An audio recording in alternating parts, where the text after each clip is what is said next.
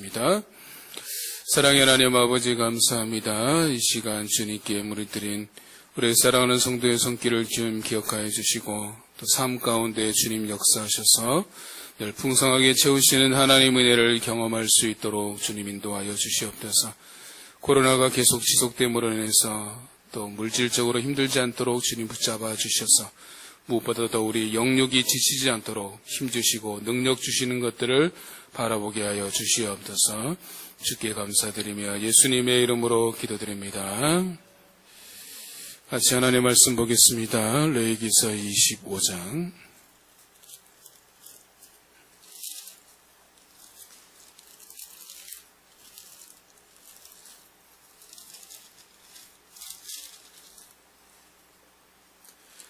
레위기서 25장 8절에서 12절까지입니다.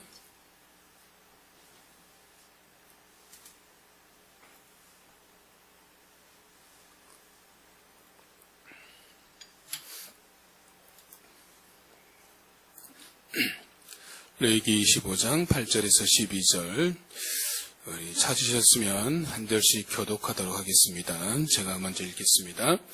너는 7 안식년을 계수할지니 이는 7년이 7번인즉 안식년 7번 동안 곧 49년이라.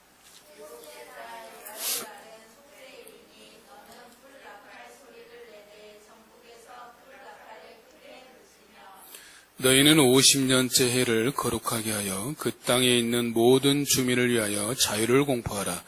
이 해는 너희에게 희년이니 너희는 각각 자기의 소유지로 돌아가며 각각 자기의 가족에게로 돌아갈지며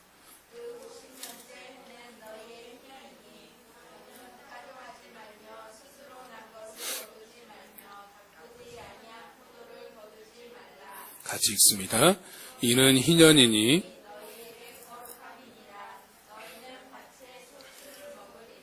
아멘. 우리나라 사람들이 민감한 문제가 크게 2가지 정도 있는데 이 정책은 어떤 정책을 내놨든지 간에 말이 많은 정책입니다. 그게 이제 주택정책과 교육정책이죠. 문재인 정부가 들어서고 주택정책만 20번 이상이 바뀌었습니다. 그 말은 무엇을 말하는 겁니까? 그만큼 수정을 많이 했다라는 거죠. 수정을 많이 했다라는 것은 만족을 주지 못했다라는 의미이기도 합니다. 근데 사실 따지고 보면 어떤 정책을 내놔도 모든 사람에게 만족을 주는 정책은 없습니다. 왜 그렇겠습니까? 거기에 수많은 많은 사람들의 이권이 걸려 있는 거예요. 그래서 보면 어떤 정책을 내놓으면 사람들이 제일 먼저 하는 게 뭐예요? 그 정책에서 피할 길을 먼저 찾습니다. 예를 들어서 주택에 대해서 어떤 정책을 내놓으면 어떻게 하면 그것을 피해갈 수 있고 어떻게 하면 내가 혜택을 받을 수 있고 그것들을 먼저 생각하게 보기 때문에 거기서 자기가 손해를 본다고 생각하면 이제 반대의 목소리를 내죠. 그렇기 때문에 100% 만족하는 정책이라는 것은 있을 수가 없습니다. 실례로 이제 공산주의를 우리가 생각해 보면 공산주의의 원래 이론이 뭐냐면 모든 백성에게, 모든 국민에게 평등하게 모든 걸 다 배분한다는 거거든요. 그렇게 따지면 공산 국가들은 잘 살아야 되고 평등해야 되고 행복해야 되잖아요. 근데 그렇습니까? 전혀 그렇지 않죠. 우리 가까운 북한만 봐도 어떻습니까? 원래 공산주의 이론을 처음 주장한 사람이 마르크스라는 사람인데 그 사람과 주장한 이론과는 실제와는 전혀 동떨어진 모습들을 보여주고 있는 거죠. 그러니까 이론상으로는 가능할지 모르지만 실제로는 불가능하다라는 것을 보여주게 됩니다. 아마 제 생각에는 대통령이 누가 되었든지 간에 주택이 되었던 교육이 되었던 이 한 가지만 해결하면 아마 우리나라 역사상 존경받는 대통령으로 남을 겁니다. 거의 불가능에 가깝다라는 거죠. 어떤 대통령이 들어서도 주택정책, 교육정책 만족시키기가 참 어렵다라는 것을 보여주는 겁니다. 제가 이제 가끔 온라인 서점 사이트를 이렇게 검색을 쭉 하면서 요즘 사람들이 무슨 책을 보나라고 이렇게 둘러보게 되는데 그 베스트셀러 리스트 중에 빠지지 않는 책이 있습니다. 뭐에 관한 책이겠습니까? 꼭 빠지질 않아요. 그때그때 막 달라지긴 하는데 반드시 이 주제에 관한 책은 꼭 있습니다. 바로 부에 관한 책입니다. 부에 관한 것, 주식에 관한 것 다 통합되는 거니까 물질에 관한 것은 꼭 있습니다. 그만큼 그것은 무엇을 말하는 겁니까? 사람들의 관심이 부에 가 있다, 물질에 가 있다라는 것을 우리가 말해주는 거죠. 우리가 이제 상식적으로 여러분 알고 계셔야 될 게 베스트셀러라고 해서 꼭 좋은 책은 아닙니다. 베스트셀러라는 게 뭐예요? 사람들이 많이 샀다라는 거지 좋은 책이다라는 보장은 아닙니다. 베스트셀러라고 사서 보면 좋은 책이 아닌 책도 많습니다. 그래서 많이 사람들이 샀다는 뜻이지 좋은 책이다라는 보장은 참고적으로 알아두시면 도움이 됩니다. 이번 주 읽을 말씀은 이제 레위기서 25장부터 26장 2절까지 이제 여러분들이 주간에 읽을 말씀인데 주제는 간단합니다. 안식년과 희년에 관한 말씀입니다. 안식년은 매해 7번째 해가 되면 휴경을 하는 겁니다. 6년을 지나고 7년째가 되면 이제 농사를 짓지 않고 휴경을 해야 돼요. 땅을 경작해서는 안 되고 반드시 안식을 해야 됩니다. 그래서 이 이제 안식년이 7번 돌아오면 7번 돌아오고 그 다음 해가 되면 50년째가 되잖아요. 77에 49, 그 다음 해가 50이잖아요. 그래서 그 50년째를 뭐라고 부른다고 했습니까? 희년이라고 명령한 겁니다. 그러니까 안식일이 7번 반복되고 그 다음 해라는 거죠. 그러니까 따지고 보면 2년 동안 7년, 49년, 50년 이게 땅을 놀리는 겁니다. 그래서 51년째에 다시 씨앗을 뿌리는 거예요. 그러니까 우리가 조금 이따 성경 여러분이 읽다 보면 알겠지만 하나님께서 6년째에는 몇 년치 먹을 것을 주시냐면 3년치를 주십니다. 그러니까 7년, 그 다음에 49년, 50년, 51년, 3년치를 먹을 수 있는 양식을 부어주신 49년 때 부어주신다라고 말씀하고 있어요. 그렇기 때문에 3년을 휴경해도 지장이 없도록 하신다라는 거죠. 그 다음에 원래 이제 희년이라는 말은 무슨 뜻이냐라면 희년이라는 것은 히브리어로 요벨이신데 그 뜻은 이제 수양의 뿔, 나팔이라는 의미를 가지고 있습니다. 희년의 시작은 어떻게 시작하냐면 9절에서 보면 뭐라고 있습니까? 7째 달 열흘날은 속죄일이니 너희는 뿔나팔을 소리내되 전국에서 뿔나팔을 크게 불지니 라고 말하고 있습니다. 그러니까 7째 달 열흘날은 대속죄일이거든요. 우리가 저번에 살펴봤던 것처럼 그때의 희년을 선포하는 거야.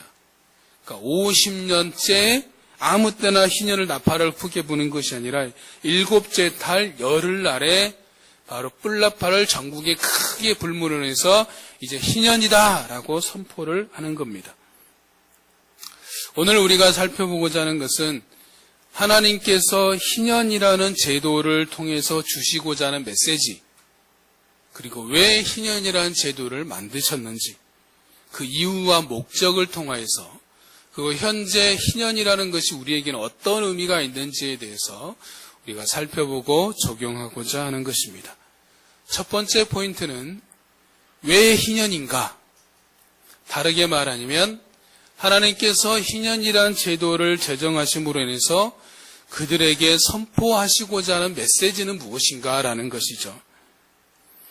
희년에 선포되는 메시지를 알면 희년의 의미를 우리가 쉽게 알 수 있습니다.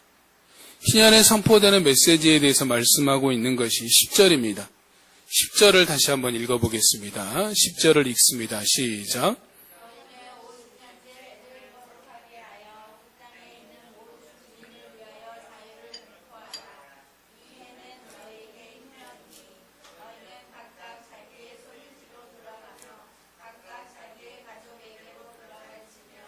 아멘. 희년의 메시지가 무엇입니까? 이 해는 50년째를 거룩하게 하여 그 땅에 있는 모든 주민을 위하여 뭐를 공포하라가 있습니까? 자유를 공포하라. 대상이 뭐냐면 모든 주민입니다. 그 땅에 있는 모든 주민을 위하여 무엇을 공포하라? 자유를 공포하라. 즉, 그 땅에 있는 모든 주민에게 자유를 공포하는 날이 희년입니다. 그 자유가 뭐냐? 그 다음 절에 설명하고 있죠. 각각 자기의 소유주로 돌아가고 각각 자기의 가족에게로 돌아가는 날이다 라고 말하고 있죠. 그래서 희년은 간단하게 말하면 돌아가는 날입니다. 자유를 회복하는 날이다라는 거죠.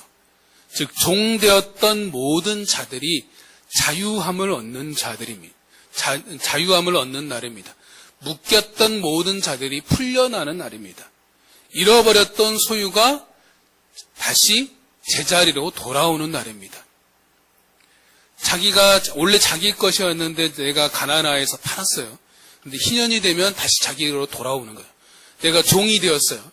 종이 되었던 신분이 희년이 되면 다시 종에서 풀려나는 모든 것이 다 원상태로 복귀되는 날이 희년의 날입니다. 그래서 희년은 돌아오는 날, 자유의 날, 해방의 날, 회복의 날이라고 말할 수 있어요.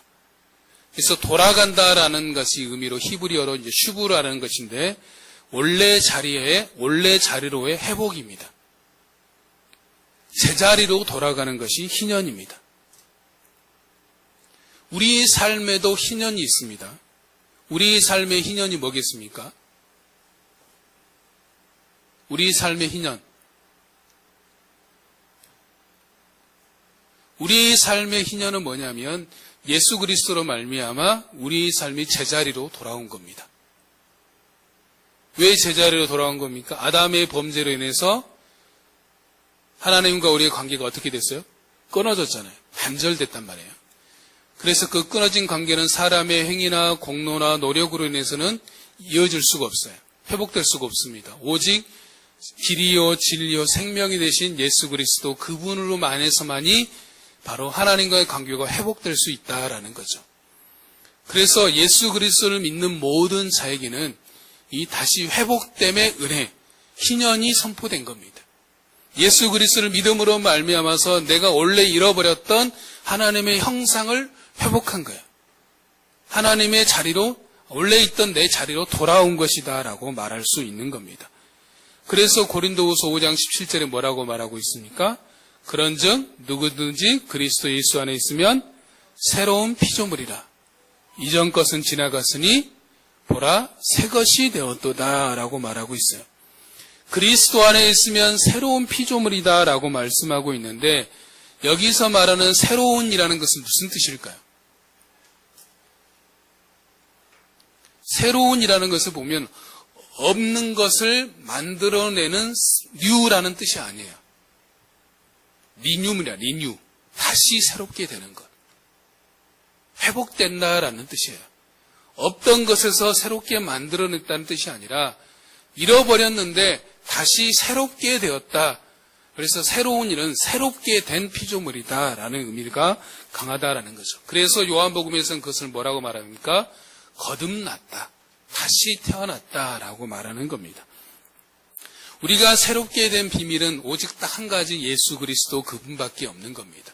그분만이 우리를 새롭게 할 수 있고 거듭나게 할 수 있는 유일한 길입니다.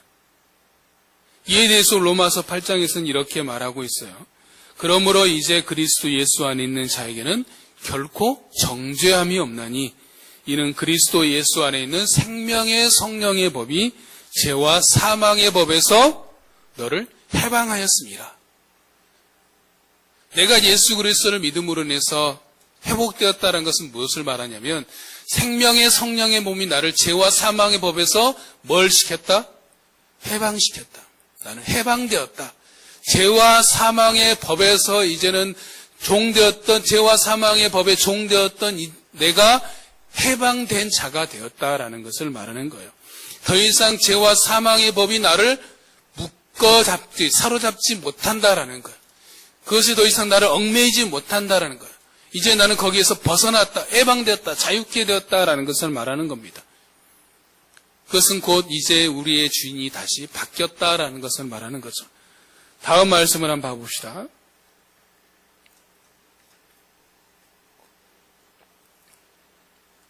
같이 읽습니다.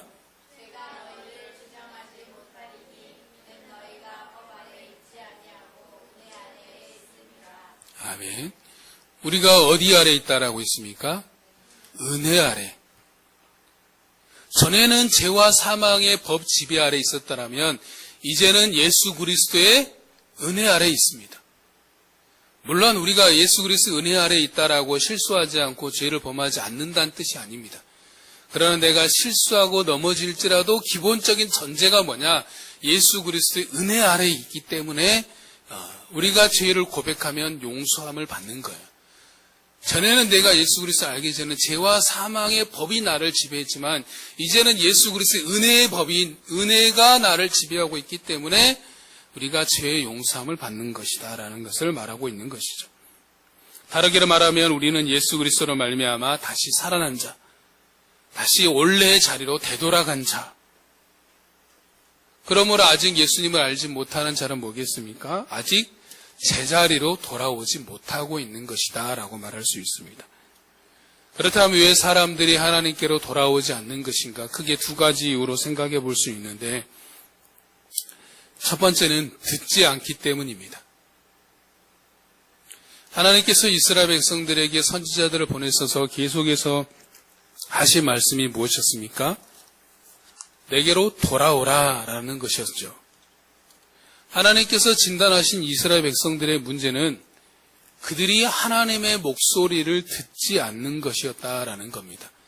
그래서 시편 81편 10절과 11절에 보면 나는 너를 애굽 땅에서 인도하여 낸 여호와 내 하나님이니 내 입을 크게 열라 내가 채우리라 하였으나 내 백성이 내 소리를 듣지 아니하며 이스라엘이 나를 원하지 아니하였도다라고 말합니다.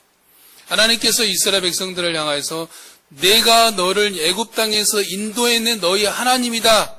내 입을 크게 열라 내가 채우리라 라고 말씀하셨지만 이스라엘 백성들은 듣지 않았다라는 거죠. 왜 그들이 듣지 않았는가? 원하지 않았다라는 겁니다. 사람들이 왜 하나님의 말씀을 복음을 듣지 않습니까? 원하지 않기 때문이죠. 하나님을 바라지 않고 소망하지 않기 때문에 듣지 않는 겁니다. 그러면 원하지 않는 또 다른 이유가 뭐겠습니까? 그들의 마음속에 이미 다른 것으로 가득 차 있기 때문입니다. 사람들은 눈에 보이지 않는 것보다 눈에 보이는 확실한 것을 원합니다. 그런데 하나님은 눈에 보이지 않는 영이신 하나님이시죠. 그렇기 때문에 사람들은 눈에 보이지 않는 하나님의 목소리를 듣기를 원하지 않습니다. 대신에 눈에 보이는 분명한 것들을 추구하죠.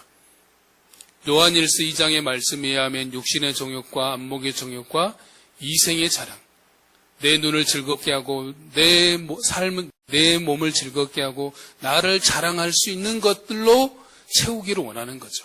왜냐하면 하나님은 눈에 보이지 않으니까 당장 내 눈에 보이는 나의 즐거움, 내 몸의 즐거움, 나를 드러내는 것들에 관심을 두고 그것들을 추구하게 되어 있다라는 거죠. 왜 그렇습니까? 왜 사람들이 물질을 추구합니까? 물질은 눈에 보이잖아요. 부는 눈에 보이는 것이잖아요. 그래서 당장 부가 들어오면 당장 내가 행복해지는 것 같은 효과를 또 일으키고 또 일시적인 만족을 주잖아요. 그래서 눈에 보이는 것들을 사람들을 추구하고 달려가게 되는 겁니다. 그런데 하나님은 눈에 보이지 않죠. 그래서 사람들이 원하지 않고 하나님의 목소리를 듣지 않는 겁니다. 이것은 뭐와 같냐면 예수님께서 말씀하신 씨 뿌리는 자의 비유에서 가시밭 딸기에 뿌려진 비유와 같습니다. 가시밭에 뿌려진 씨앗이 자라나지 못한 이유가 뭡니까? 다음 말씀을 한번 봐봅시다. 같이 읽습니다.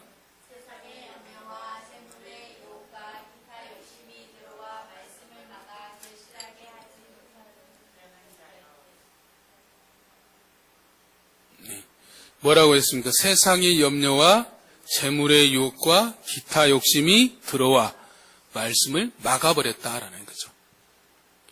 세상을 살아가면서 수많은 염려들, 또 재물에 대한 유혹들, 여러 가지 많은 욕심들로 인해서 마음이 꽉 차 있기 때문에 그것이 말씀이 들어올 수 있는 길을 막아버렸다라는 거죠. 그래서 하나님의 복음을 들어도 들리지가 않는 겁니다. 하나님을 원하지 않게 되는 이유가 거기에 있다라는 겁니다. 비단 이것은 예수님을 알지 못하는 사람뿐만 아니라 믿는 우리도 마찬가지입니다. 우리가 하나님의 음성을 듣지 못하는 것은 우리의 마음이 하나님이 아닌 다른 것으로 채워져 있다라면 하나님의 목소리, 하나님의 음성이 들리지 않을 겁니다. 하나님은 계속해서 말씀하고 있는데 내가 듣지 못하는 겁니다. 또 다르게 하면 내가 원하지 않고 있다라는 것도 되는 겁니다. 두 번째, 사람들이 하나님의 음성을 듣지 못하는 이유는 하나님을 모르는 것은 알지 못하는 기 때문입니다. 하나님 그분을 알지 못하기 때문이죠. 사람들이 왜 하나님을 모릅니까? 다음 말씀을 봐봅시다. 같이 읽습니다.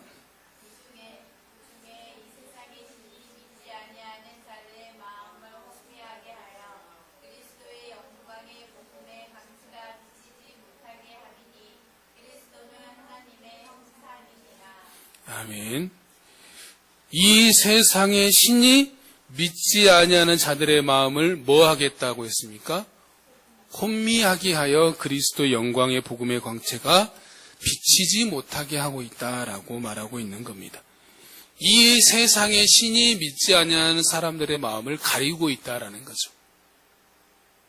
이 세상을 지배하고 있는 악한 세력들이, 악한 영이 바로 아직 주님 사람들의 마음을 붙잡고 있어서, 가리우고 있어서 그들이 복음을 듣지 못하게, 하나님께로 돌아오지 못하도록 막고 있다라는 것이죠. 그래서 복음의 광채가 비쳐도 비치지 못하도록 하는 것을 보게 되는 겁니다. 그래서 사람들은 뭐라 그럽니까? 사람들은 하나님을 알고자 하지도 않고 심지어 뭐라 그럽니까? 하나님은 없다라고 말하죠. 제임스 패커는 하나님을 아는 지식에서 그렇게 말합니다. 사람들은 인간에 대해서는 대단하게 생각하지만 하나님에 대해서는 사소하게 생각하는 풍조를 가지고 있다라고 이야기했습니다. 특히 요즘 세대는 더 그렇죠. 사람에 대해서, 자기 자신에 대해서 얼마나 중요하게 생각하고 대단한 가치를 두고 있습니까? 그러나 반면에 하나님에 대해서는 소홀히 하고 가치 없게 여기는 것들을 보게 됩니다. 이것은 믿지 않는 사람들에게만 국한되는 이야기가 아닙니다. 믿는다고 말하는 우리도 하나님을 잘 알지 못하고 있습니다. 교회는 하나님이 영광을 비추는 광채여야 됩니다. 그런데 요즘 보면 교회를 통해서 하나님의 영광의 광채가 드러나기보다는 다른 것들이 드러날 때가 너무나 많습니다. 그 이유는 뭘까? 하나님을 잘 모르기 때문이다라고 생각합니다. 제임스 패커는 하나님을 아는 지식에서 이렇게 인용했습니다. 제가 잠깐 읽어드리겠습니다. 오늘날 교회의 연약함의 근저에는 하나님에 대한 무지, 하나님의 도 및 하나님과 교통하는 일에 대한 무지가 자리 잡고 있다라고 했습니다. 여러분, 하나님을 아는 것과 하나님에 대해서 아는 것은 다릅니다. 한국교회는 하나님에 대해서는 많이 압니다. 성경 공부도 많이 하고 책도 많고 강의도 많습니다. 그래서 하나님에 대해서는 참 많이 알아요. 머리로는 참 많이 한다는 말이에요. 근데 개인적으로 하나님과 직접적으로 교제하고 친밀함을 누리는 그런 친밀함이 부족하다라는 거죠. 하나님에 대해서는 많이 알지만 하나님을 알지는 못한다라는 거죠. 머리로는 알아요. 그런데 가슴으로는 느끼지 보지 못했다라는 거죠. 간단하게 말하면. 그런데 정말 중요한 것은 머리로 아는 것들이 가슴으로 내려와야 그것이 삶으로 구현될 수 있는 거죠.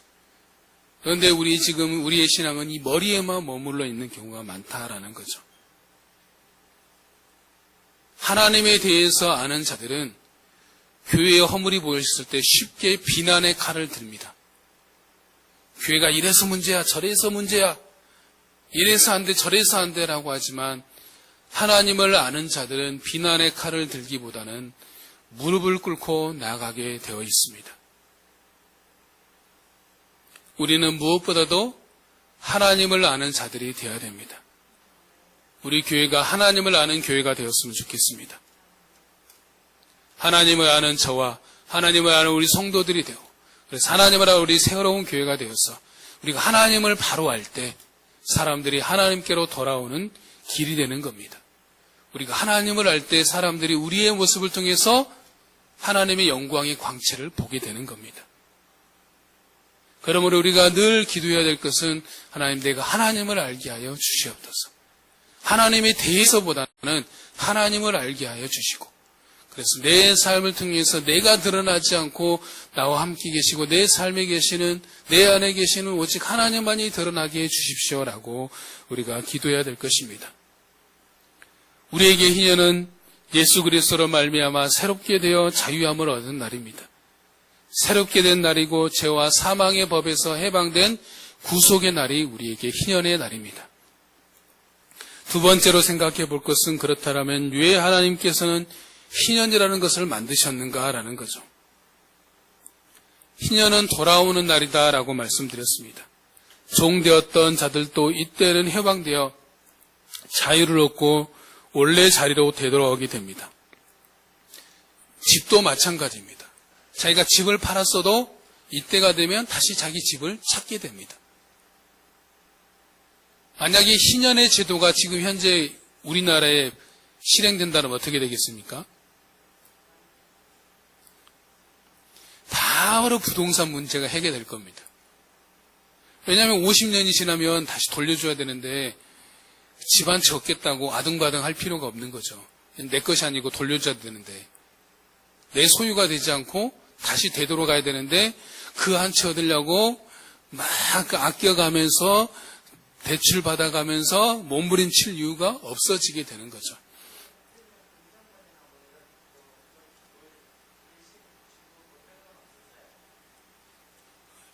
뭐 빚을 져도 그러니까 그 전에 다 해결을 봐야 되는 거죠. 그러니까 주인의 입장에서는 50년이 되기 전에 다 빚을 받아야 되는 것이고, 빚진 사람 입장에서는 50년까지 가는 거죠. 50년이 되면 다 해. 어? 그냥 말짱 도로목이 되는 겁니다. 그냥 없어지는 게 되는 겁니다. 그래서 실제적으로는 실행이 안 됐다는 말도 있습니다. 이론에 불과하고 있다라는 말씀. 그래서 현실적으로 어렵다는 이야기가 거기에 있는 거죠. 가능하겠습니까? 그러게 사람들이 당장 들고 일어나겠죠.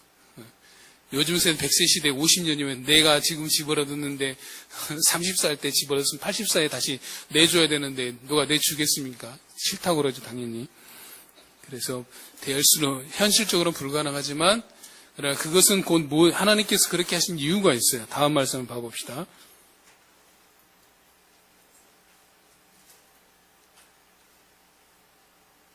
같이 읽습니다. 시작.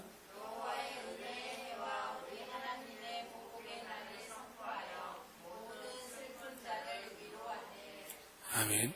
두 가지 이유가 있는데, 첫 번째는 뭐냐면 희년의 또 다른 의미를 이사에서는 뭐라고 표현하고 있냐면 여호와의 은혜의 해다. 그게 희년이다라고 말하는 겁니다. 즉 하나님의 은혜가 선포되는 날이다. 그렇지 않겠습니까? 모든 것이 다 제자리로 돌아가는데, 종되었던 자도 풀려나서 자유자가 되고, 잃어버렸던 것들 다시 회복하게 되고, 또 내가 빼앗겼던 것도 다시 되돌려받는 아무런 이유가 없는, 그래서 은혜의 날이 되는 거죠. 물론 원래 가지고 있던 사람의 입장에서는 억울할 수 있겠지만 가난한 자, 없는 자의 입장에서는 은혜죠. 하나님께서 이렇게 하시는 데는 이유가 다른 게 없는 거예요. 하나님의 은혜 밖에는 다른 설명이 없는 겁니다. 하나님께서 그의 백성들을 향하여서 그저 베푸시는 선물이다라고 말할 수 있습니다. 하나님께서 그의 백성들을 위해서 일하시는 동기는 딱 한 가지입니다. 긍휼하심, 바로 은혜다라는 거죠. 하나님께서 왜 예수 그리스도를 우리에게 보내셔서 우리를 죄를 대신해 십자가에 죽으셨습니까? 그분의 은혜입니다. 우리가 잘나서가 아니고 우리가 이뻐서도 아니에요.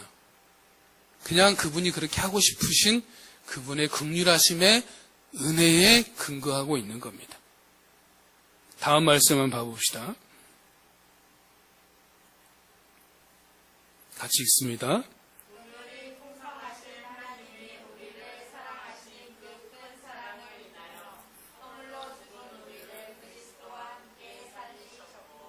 아멘. 긍휼이 풍성하신 하나님이 우리를 사랑하셨기 때문에 그렇게 하신 겁니다.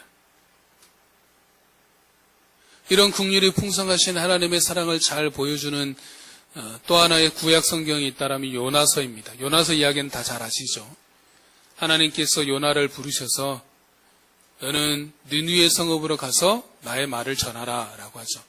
그런데 요나에게 있어서 느느웨는 우리나라에게 있어서 일본과 같은 나라입니다. 굉장히 미워하는 나라였단 말이에요. 근데 거기 가서 복음을 전하라니까 요나가 어떻게 했습니까? 니느웨로 바로 간 게 아니라 다시스로 도망쳤습니다. 그래서 하나님께서 바다에 풍랑을 일으켜서 결국은 그가 바다에 던져져서 큰 물고기의 배에 3일간 갇혀 있게 됩니다.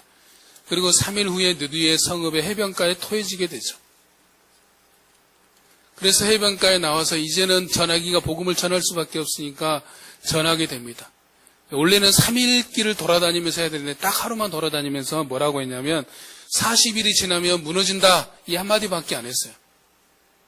40일이 지나면 이 느느웨 성읍이 무너질 것이다 라고 외친 겁니다. 그러자 그 말을 들은 느느웨 성읍이 왕으로부터 해서 모든 백성들이 금식하며 회개하며 하나님께 돌아온 겁니다. 그러자 하나님께서 그 땅을 향한 진노를 거두셨어요. 그러자 그것을 보고 요나가 기뻐했겠습니까? 화를 냈겠습니까? 도리어 화를 낸 겁니다. 아니 왜 하나님 이렇게 할 거면서 왜 나를 보냈냐고 도리어 화를 낸 겁니다. 그러자 하나님께서 뭐라고 말씀하시냐면 요나서 맨 마지막에 보면 이렇게 말씀하고 있습니다. 내가 수고도 아니하였고 재배도 아니하였고 하룻밤에 났다가 하룻밤에 말라버린 이 박넝쿨을 아꼈거든. 하물며 이 큰 성읍 느느웨는 좌우를 분별하지 못하는 자가 12만 명이요 가축도 많이 있나니 내가 어찌 아끼지 아니하겠느냐 하시니라 라고 되어 있습니다. 너는 이 박넝쿨, 네가 수고도 않냐고 재배하지도 않는 박넝쿨이 잠깐 있다가 없어진 것으로 화가 나는데 이 느느웨 성읍에는 12만 명의 사람들과 가축이 있다. 내가 어찌 그들을 아끼지 않겠느냐. 하나님께서는 그들의 잘잘못을 따지는 것이 아니라 그들 자체를 긍휼히 여기시고 불쌍히 여기시고 사랑하시는 것들을 보게 됩니다. 우리가 사실 이 자리에서 예배드릴 수 있는 이유도 뭘까요? 하나님의 긍휼하심 때문입니다. 왜 세상에 아직도 끝나지 않고 여전히 지속되고 있는 이유가 있습니까? 하나님의 긍휼하심입니다. 베드로후서 3장 말씀에 하면 하나님이 오래 참고 기다리고 계신다라고 말씀하고 있어요. 왜 오래 참고 기다리시는가? 모든 사람이 주께로 돌아오기를 기다리고 계시는 겁니다. 그렇기 때문에 지금도 세상이 막 요지경이다라고 말하지만 세상이 끝나지 않는 이유는 여전히 하나님께로 돌아올 수많은 많은 사람들이 있기 때문에 하나님의 그 긍휼하심이 지금도 오래 참고 그들이 돌아오기를 기도하고 기다리고 계시는 겁니다. 다음 말씀을 한번 봐봅시다. 같이 읽습니다.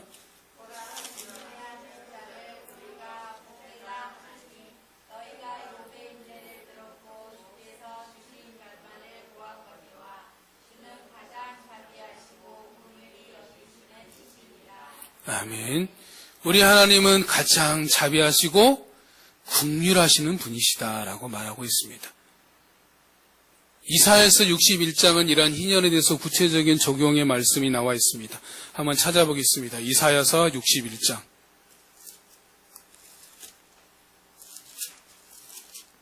구약성경 1041쪽 이사야서 61장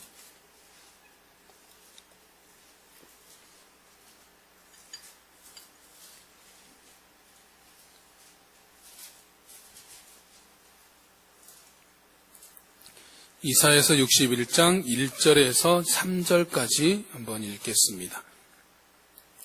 같이 읽습니다. 좀 길지만 시작. 주 여호와의 영이 내게 내리셨으니 이는 여호와께서 내게 기름을 부으사 가난한 자에게 아름다운 소식을 전하게 하려 하심이라. 나를 보내사 마음이 상한 자를 고치며 포로된 자를 자유에게 갇힌 자에게 노임을 선포하며 여호와의 은혜의 해와 우리 하나님의 보복의 날을 선포하여 모든 슬픈 자를 위로하되 무릇 시온에서 슬퍼하는 자에게 화관을 주어 그 죄를 대신하며 기쁨의 기름으로 그 슬픔을 대신하며 찬송의 옷으로 그 근심을 대신 사시고 그들이 의의 나무 곧 여호와께서 심으신 그 영광을 나타낼 자라 일컬음을 받게 하려 하심이라. 아멘. 여기서 나라는 것은 예수님을 말합니다. 즉 예수님의 사역을 말씀하고 있는 거예요.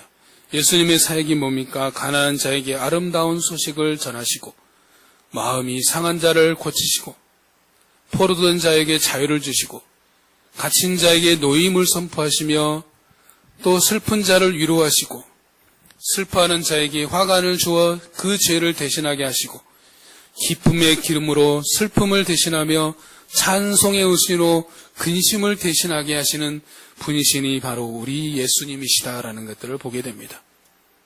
예수님께서는 마음이 상한 자, 포로된 자, 갇힌 자, 슬퍼하는 자에게 자유를 주십니다. 회복시켜 주십니다. 새롭게 하여 주시는 긍휼이 풍성하신 우리 예수님이십니다. 지난 주간에 제가 경청, 영혼의 치료제라는 책을 읽다가 여러분에게 읽으라고 그 책을 읽다가 하나님께서 주신 울림이 있었습니다. 잠깐 읽어드리면 이런 글이었습니다. 영혼의 어두운 밤 이 시기에 성 요한이 권면했듯이 여기서 포기하면 안 됩니다. 정작 사랑의 고된 작업은 관계의 이 단계에서 시작되기 때문입니다.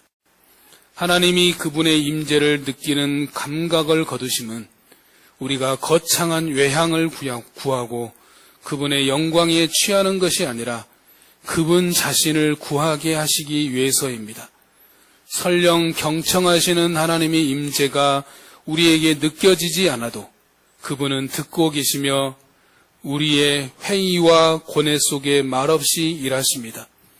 기도에 직접 응답은 안 하실지 몰라도 그분은 우리 삶 속을 말없이 걷고 계십니다. 우리를 더 가까이 부르시고 우리 안에 새로운 일을 행하십니다. 라고 되어 있습니다. 제 마음을 울렸던 것이 뭐냐면 마지막에 그런 말이 있었어요. 그분은 우리 삶 속을 말없이 걷고 계신다. 기도의 응답의 경험이 있던지 없던지 그분의 임재가 생생하게 느껴지든지 안 느껴지든지 그분은 언제나 나의 삶 속에 함께 계시며 또 나의 삶에 함께 거닐고 계시고 나를 가장 잘 알고 계시는 분이시다라는 사실입니다. 사실 지난 주간에 제 삶에 하나의 감정이 밀려왔습니다. 그게 뭐냐면 두려움이라는 감정입니다. 제가 기도하는 작은 소망이자 제목은 뭐냐면 지금도 그렇지만 지금도 무명의 작은 목회자이지만 앞으로 평생 그렇게 사는 겁니다. 무명의 작은 목회자로서 하나님을 사랑하고 하나님만을 기뻐하고 하나님을 바라보며 그분의 영광을 사는 게 저희 작은 소망입니다. 남들이 알아주지 않아도 아무런 상관이 없습니다. 그런 소망을 가지고 있는데 한편으로 다른 감정, 두려움이라는 감정이 밀려오는데 어떤 감정이 밀려왔냐면 그런 생각이 또 한편에 밀려오는 거예요. 그러면 계속 이렇게 가난하게 살아야 되는 건가? 계속 이 모습 이대로 해야 되는 건가? 계속 이 상태, 이 모습이면 계속 매일의 삶이 힘겨워하는 모습이면 어쩌지라는 또 다른 한편의 두려움이 싹 밀려오는 거예요. 두 감정이 상반되는 거였죠. 한 주 내내 기도할 때마다 이 감정을 가지고 씨름을 했어요. 물론 지금도 완전히 해결되지는 않았습니다. 그러나 지난주보다는 조금 더 나아졌지만 여전히 계속 기도하고 있습니다. 그래서 여러분도 저를 위해서 기도하실 때 그런 두려움이 완전히 밀려가서 온전히 사람들이 무명의 목회자로서 이제 하나님을 기뻐하고 사랑하고 그분의 영광을 위해서, 그래서 한 사람 한 사람들을 그리스도의 완전한 사람으로 세우는 것에 전심전력하는 목회자로 그냥 살아가는 겁니다. 그런데 두려움이 찾아왔던 게 어떤 물질적인 어려움들, 생활의 어려움들, 또 한편으로는 그게 있어요. 우리 아이들에게는 이런 물질적인 어려움들을 물려주고 싶지 않은 그런 상반된 감정들이 막 밀려오는 거죠. 그런 것을 때문에 좀 두려웠었는데 지금은 많이 그래도 괜찮았지만 여전히 계속해서 씨름하고 있는 부분들이었습니다. 그 가운데 있을 때 바로 이 구절을 읽었어요.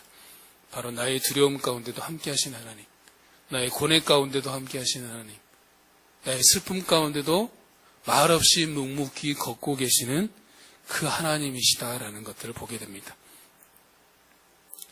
바라옵기는 긍휼에 풍성하신 하나님께서, 또 주님께서 우리 성도인들의 삶 구석구석, 또 여러분의 고뇌 속에, 여러분의 마음 속에, 아픔 속에, 슬픔 속에, 고통 속에 여전히 말없이 거닐고 계신다라는 사실들을 여러분 기억했으면 좋겠습니다. 그리고 그 하나님께서 여러분의 마음들을 치유하시고 또 자유를 회복케 하시고 기쁨을 주시는 것들을 경험하시기를 주의 이름으로 축원합니다. 세 번째 우리가 생각해 볼 것은 하나님께서 그렇다면 희년을 제정하신 목적이 있어요. 23절을 한번 봐봅시다. 오늘 본문 23절.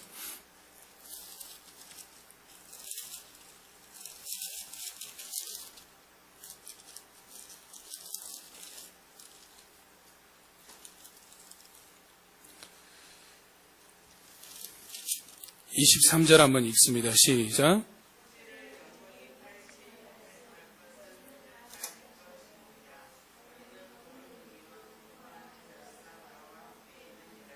아멘. 토지를 영구히 팔지 말 것은 토지가 누구 것이다 라고 했습니까? 내 것이다 라고 말씀하시죠. 결국 하나님께서 희년을 통해서 그의 백성들에게 알려주시고자 하는 궁극적인 목적은 뭐냐면 이 모든 것은 내 것이다. 나의 것이다. 왜 제자리로 돌아와야 되냐면, 왜 잃어버렸던 자들이 다시 제자리로 돌아야 되고 종되었던 자들이 자유함을 얻어야 되냐면 다 내 것이야 원래. 이제 제자리로 돌아오는 것은 원래 나의 것이기 때문에 제자리로 돌아와요. 너희의 것이 아니야. 나의 것이기 때문에 그 모든 것을 주관하신 분이 나다. 그러므로 제자리로 돌아와야 되는 것이다 라고 말씀하고 있는 겁니다. 쉽게 생각하면 우리가 집에 새를 들어 산다라고 생각해 보면 됩니다. 집에 새 들어 살고 있는 건 뭡니까? 내가 이 집에 실제로 살고 있는 사람은 나잖아요. 새를 들어 살고 있잖아요. 그런데 그 집의 주인은 누구입니까? 나입니까? 아니면 따로 집주인이 있습니까? 내가 살고 있지만 집주인은 따로 있잖아요. 우리 인생이 그와 같아요. 우리 인생은 하나님이 원래 주인인데 그 인생 가운데 하나님이 인생인 주인에 바로 내가 새들어 살고 있는 거예요. 하나님께서 내 인생에 새를 주신 거예요. 그래서 때가 되면 그 새를 거두어 가시는 것이다. 너 이제 다 됐다. 그만 나에게로 와라. 라고 하시는 것이 우리 인생이다라는 거죠. 그러면 우리가 항상 기억할 것은 이 땅에서 우리는 나그네이며 외국인이지만 동시에 세입자다. 항상 떠날 준비를 하고 있어야 된다. 세입자는 뭡니까? 주인이 가라 그러면 항상 갈 준비가 되어 있어야 되잖아요. 우리 인생도 마찬가지예요. 주님이 나를 부르시면 언제든지 주님의 부르심에 응답할 준비가 되어 있어야 된다는 거죠. 그렇기 때문에 항상 내 인생의 주인은 하나님이심을 알고 세입자이기 때문에 뭐예요? 주어진 것에 대해서 감사해야 되고 기뻐해야 되고 즐거워해야 되는 거예요. 지금 나에게 있는 것에 대해서 감사할 수밖에 없고 기뻐하고 주신 하나님을 찬양할 수밖에 없는 이유가 내 인생의 세입자이기 때문에 하나님이 주신 허락해 주신 것을 내가 누리지 않으면 얼마나 손해예요. 언제 갈지 모르는. 내가 지금 오늘 누리고 있지만 내일 누린다는 보장이 없는 거예요. 우리는 당연히 내일이 있다고 생각하지만 그 당연한 내일이 없을 수도 있단 말이에요. 제가 3년 전에 그걸 경험했잖아요. 당연한 오늘이 내일은 없을 수도 있다는 사실을 우리가 단 한순간도 잊어서는 안 됩니다. 그러면 하나님께서 내가 이 모든 것이 나의 것이다 라고 말씀하신 궁극적인 또 다른 이유가 있습니다. 다음 말씀 봐봅시다. 아까 우리가 봤던 말씀인데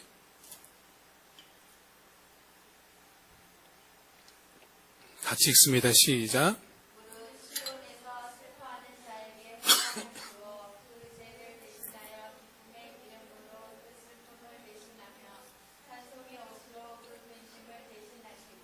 그들의 의의 나무 곧 여호와께서 심으신 그 영광을 나타낼 자라 일컬음을 받게 하려 하심이라. 아멘. 그들의 의의 나무 곧 하나님께서 심으신 그 영광을 나타낼 자라 일컬음을 받게 하시는 것이다 라고 했습니다. 우리는 하나님께서 심으신 의의 나무입니다. 왜 의의 나무인가? 그분의 영광을 나타낼 의의 나무이다. 왜 하나님이 모든 것은 나의 것이다 라고 말씀하시냐면 그 모든 것이 하나님의 것임을 알고 하나님께 영광을 돌리는 의의 나무로 살라라고 말씀하시는 거예요. 그러므로 우리는 우리의 모든 것이 하나님의 것임을 알고 주신 것에 늘 감사하고 허락하신 그분의 은혜를 찬양하면서 의의 나무로 살아가는 것입니다. 그렇다면 이번 주 우리가 구체적으로 실천할 것 마지막 한 가지를 한번 봅시다. 다음 말씀 보겠습니다.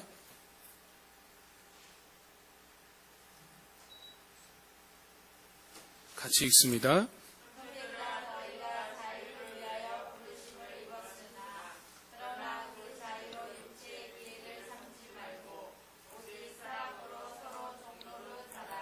아멘. 하나님께서 우리를 자유를 주시려고 자유자가 되었습니다. 하나님께서 우리에게 자유를 주셨음으로 말미암아 우리는 자유자가 되었죠. 근데 주신 자유로 뭘 해야 되냐면 육체의 기회를 삼지 말고 뭐라 하고 있습니까?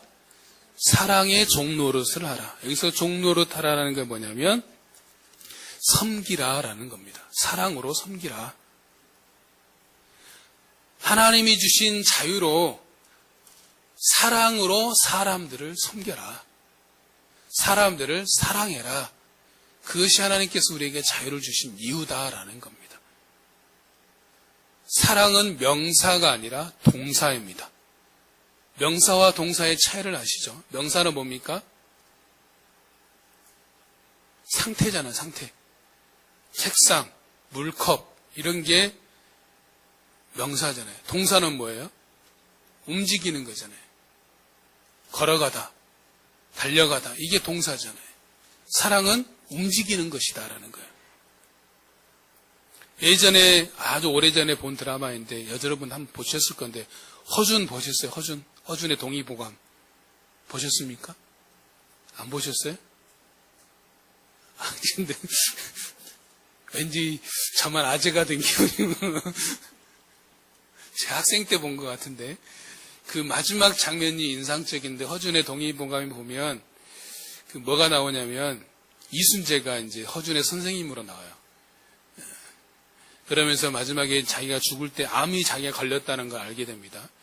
그래서 자기가 이제 죽는다는 걸 알고 산속의 한 동굴에 가서 죽습니다. 그러면서 거기에다가 죽으면서 이제 자기 제자인 허준에게 편지를 남기던 게 뭐냐면 그 편지 내용이 뭐냐면 너는 나의 시신을 해부해서 인체를 연구해라.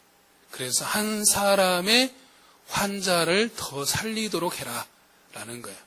그래서 인간의 신체가 어떻게 구성되어 있는지 봐라. 어떻게 전이되고 어떻게 암이 발전되고 이런 것들을 네가 다 살펴봐라 라고 자신의 몸을 마지막에 이제 기증하는 것으로 끝이 나게 되는 것들을 보게 됩니다. 자신의 삶을 마감하는 게 되는 것들을 보게 됩니다.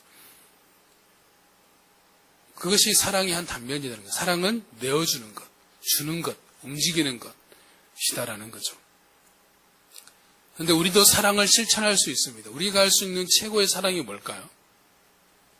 우리가 사람을 사랑할 수 있는 최고의 사랑이 있습니다. 내 남편을 사랑하고 자녀들을 사랑하고 성도를 사랑하고 이웃을 사랑할 수 있는 최고의 사랑이 있습니다. 그것은 바로 기도의 사랑입니다. 사랑하면 기도하십시오. 기도하다 보면 사랑하게 됩니다. 그래서 이번 한 주간은 내가 사랑하는 모든 사람들을 위해서 기도하는 한 주간이 더 돼야 될 것입니다. 먼저는 사랑을 실천해야 되는 자기 자신을 위해서 기도하십시오. 자기가 건강해야 다른 사람을 사랑할 수 있거든요. 하나님 내 삶을 살펴주시고 내가 건강할 수 있게 해달라고, 내가 영적으로 육적으로 건강하게 바르게 설 수 있도록 내가 나를 사랑할 수 있게 해달라고 해서 먼저 기도하십시오. 그 다음에 뭘 기도해야 될까요? 남편과 자녀들을 위해서, 가정을 위해서, 그 다음에 부모님을 위해서, 또 내 직장을 위해서, 직장에 있는 동료와 또 상사와 또 내가 하고 있는 일들을 위해서 기도하고, 그 다음에 우리 교회를 위해서, 또 저와 우리 성도들을 위해서, 또 다음에 우리가 속해 있는 호메실 지역을 위해서, 그리고 우리나라를 위해서, 더 나아가 온 열방을 위해서, 특별히 코로나 가운데서 힘들어하고 있는 또 선교사들을 위해서, 특별히 우리가 후원하고 있는 우리 태국의 유치성 선교사님을 위해서 기도해 주시기 바랍니다. 가끔 카톡으로 소식을 듣는데 코로나에서 참 쉽지 않는 것 같아요. 태국도 우리나라보다 더 많이 확진자가 나와서 활동이 거의 제약이 있어서 거의 못 움직인다라고 하더라고요. 그래서 기도를 좀 많이 해주시기 바랍니다.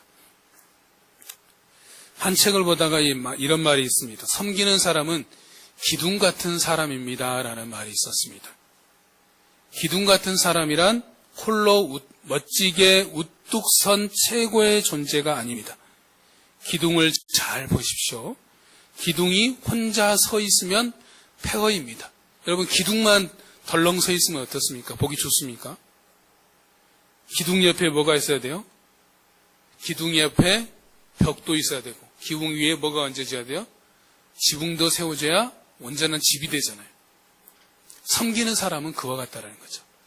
다른 사람을 세워주는 사람, 버티게 해주는 사람, 있게 만들어주는 사람이 섬기는 사람이다.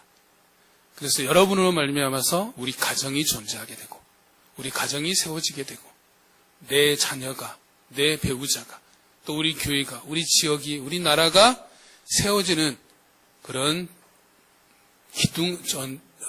세워질 수 있도록 기둥 같은 섬기는 사람이 되는, 기도로 섬기는 우리 새로운 게 모든 성도님들이 되었으면 좋겠습니다. 우리가 실질적으로 가서 할 수 있는 건 없죠. 그러나 눈에 보이지는 않지만 기도로 세울 수는 있습니다. 기도로 섬길 수는 있습니다. 남들이 알아주든 못 알아주든 그게 중요한 건 아니잖아요. 내 한 사람의 기도 얼마나 크다라고 우리가 생각해 볼 수 있지만, 그러나 하나님께서는 그 한 사람의 기도를 크게 받으신다는 사실 또한 우리가 기억했으면 좋겠습니다. 말씀의 결론 드리면서 우리는 예수 그리스도로 말미암아 자유를 얻은 자유자입니다. 우리는 하나님의 은혜 아래 있는 자입니다.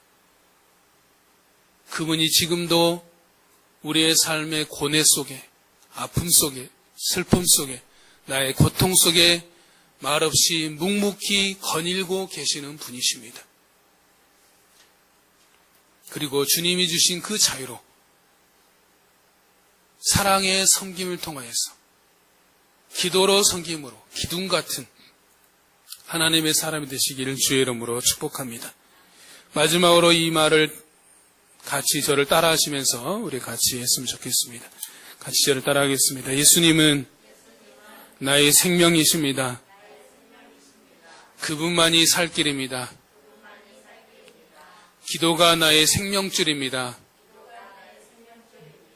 기도하면 살고 안 하면 죽는다. 우리가 이것을 기억하면서 우리가 한 주간 살았으면 좋겠습니다. 우리가 찬양하겠습니다.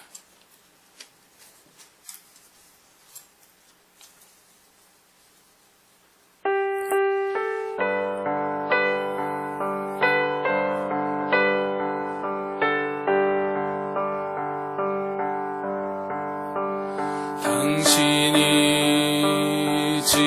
없어서 기도할 수 없고 눈물이 빗물처럼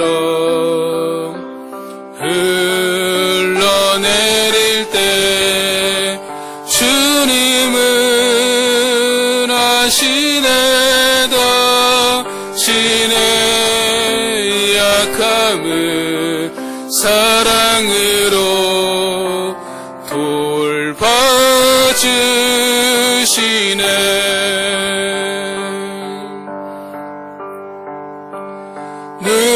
돌봐주시네. 누군가 널 위하여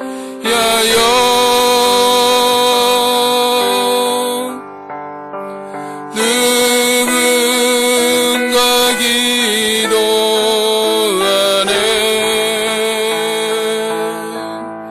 내가 홀로 외로워서 마음이 무너질 때 누군가 널 위해 기도하네. 잠시만요. 2절 하기 전에 우리가 좀 코로나로 좀 힘든 상황이긴 하지만 한번 자리에서 한번 일어나 보시고 서로 좀 세 분이지만 서로 손을 맞잡았으면 좋겠습니다. 가까이 날 수는 없으니까 손만 잡아서.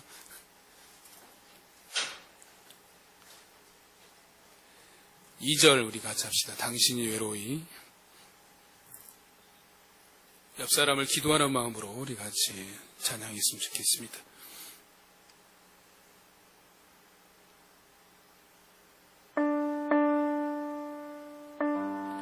당신이 외로이 홀로 남았을 때 당신은 누구에게 위로를 한다. 주님 아시네다. 신의 마음을 그대 홀로 잊지 못함을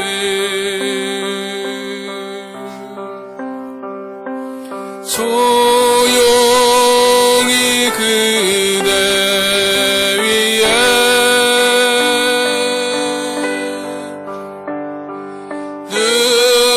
누군가 기도하네. 내가 홀로 외로워서 마음에 멀어질 때 누군가 널 위해 기도하네. 우리 두 손을 잡은 채로 기도합시다. 하나님 감사합니다. 주님은 우리의 주가 되시고 우리에게 진정한 자유를 주시며 참 기쁨을 주시는 그런 하나님이시고 그런 주님을 알게 하신 하나님 감사합니다. 주님께서는 우리의 고통 가운데, 우리의 아픔 가운데, 우리의 삶의 고뇌 가운데 말없이 지금도 나와 함께 거니시는 나의 주님이심을 알고 있습니다. 주님, 그 주님을 경험할 수 있도록 주님 인도하여 주시옵소서. 하나님, 이 시간 우리 예배드리는 우리 모든 성도의 마음 가운데 역사하여 주시옵시고 그들의 삶 가운데 거닐고 계시는 주님을 경험하게 하여 주시옵시고 아픈 자 위로하여 주시고 슬픈 자 치유하여 주시고 억눌린 자 해방케 되게 하여 주시옵시고 그래서 하나님 주시는 자유와 기쁨을 누릴 수 있는 삶이 될 수 있도록 주님 역사하여 주시옵소서. 지금은 우리 주 예수 그리스도의 은혜와 하나님의 크고 무한하신 사랑과 성령님의 감화감동 교통하심이 우리를 자유케 하신 그 자유하게 하신 주님을 믿고 주님이 주신 자유로 사랑의 종로로 담으로 기도로 늘 섬기기를 소망하는 사랑하는 모든 성도들 머리 위에 지금부터 영원까지 항상 함께 있을지어다.